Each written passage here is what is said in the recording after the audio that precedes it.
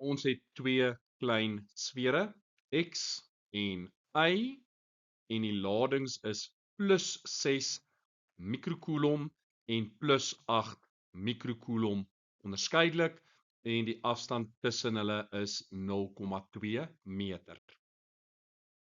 Nes in 2016 moet jy Coulomb se wet in woorde stel. Dit sal vir jou baie help om te kyk na jou formuleblad, aangesien Coulomb se wet in simboolvorm reeds beskikbaar is op jou formuleblad. Bereken die grootte van die elektrostatiese krag wat deur gelaaide sfeer X ondervind word. Nou, ons maak gebruik van Coulomb se wet om hierdie probleem op te los. Teen die tyd weet jy al, jy word gevra om 'n sekere wet te stel of 'n definisie te gee, en dan die vraag direk daarna is dan 'n toepassing van die wet of van die beginsel of van die definisie. So dit behoort jou te help. Nou, ons wil F bereken. Ons het K. K se waarde is 9 maal 10 tot die mag 9. Jy kry dit op jou formuleblad. Dan Q1. Q1 gaan X se lading wees. So dis 6 maal met 10 tot die mag minus 6. Hy's klaar positief, so jy hoef nie jou te bekommer oor plus of min nie. En dan Q2 is 8 maal 10 tot die mag minus 6. En dit deel ons deur die afstand in meter tussen hulle, en dis 0,2, en onthou om dit te kwadreer. En dit gee vir ons die grootte, in hierdie geval is dit 10,8 Newton, en 'n positief en 'n positief gaan mekaar afstoot. So as jy tegnies korrek wil wees, sal dit 10,8 Newton afstotend wees, maar jy's nie gevra om die rigting by te sit nie. Met ander woorde, 10,8 Newton is voldoende. Derde sfeer, Z, met 'n onbekende, maar wel negatiewe lading, word nou op 'n afstand 0,3 meter onderkant sfeer Y geplaas. En as ons dan nou kyk, dan sien ons dat daai hoek is 90 grade. Dan weet ons gaan heel waarskynlik gebruik maak van Pythagoras op een of ander wyse. Nou moet ons 'n vektordiagram teken. En die fokuspunt is sfeer Y. So ons begin deur te sê, wat gaan X wat positief is met Y maak wat positief is?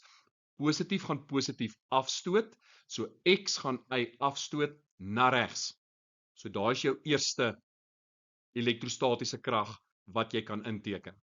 Dan, wat gaan Z met Y maak? Ons weet Z is negatief en Y is positief. So Z gaan vir Y aantrek, so dit gaan afwaarts wees in hierdie geval. En dan sit jy met 'n netto elektrostatiese krag wat jy bloot gaan inteken, en daarso is jou netto elektrostatiese krag in hierdie geval. Die grootte van die netto elektrostatiese krag F net wat deur gelaaide sfeer Y ondervind word is 15,2. So die skuinsy is F net en dit is 15,2. Ons het ook die grootte van die elektrostatiese krag Xy en dit is 10,8. Ons kan met ander woorde daardie elektrostatiese krag uitwerk en vanuit dit kan ons die lading op sfeer Z bereken. Ons gebruik natuurlik Pythagoras. Ons het F net, ons het Fxy, ons kan Fzy nou bereken. So Fzy is gelyk aan die vierkantswortel van F net gekwadreer, met ander woorde 15,2 gekwadreer minus Fxy gekwadreer, en dis 10,8 en dis ook gekwadreer.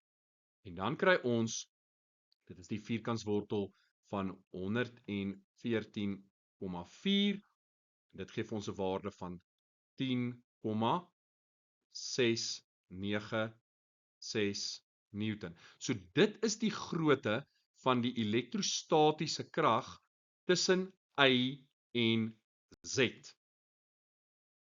Ons kan weer eens gebruik maak van Coulomb se wet, aangesien ons weet dat die elektrostatiese krag wat Z as gevolg van Y beleef 10,696 Newton is. So al wat ons nou doen, ons het K. So ons kan net ons waardes invervang, so ons weet 10,696 is gelyk aan K.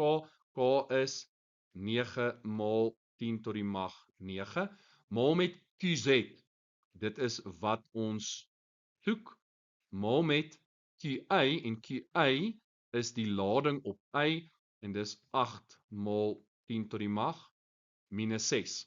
En dit alles deel ons deur die afstand wat ons het, is 0,3 meter, en ons kwadreer dit, en dit gee dan vir ons QZ is gelyk aan 1,34 maal 10 tot die mag minus 5 Coulomb. Nou belangrik, Z is 'n negatiewe lading. Die probleem het aanvanklik vir ons gesê dat sfeer Z is 'n negatief gelaaide sfeer, so ons gaan net 'n minusteken vooraan skryf.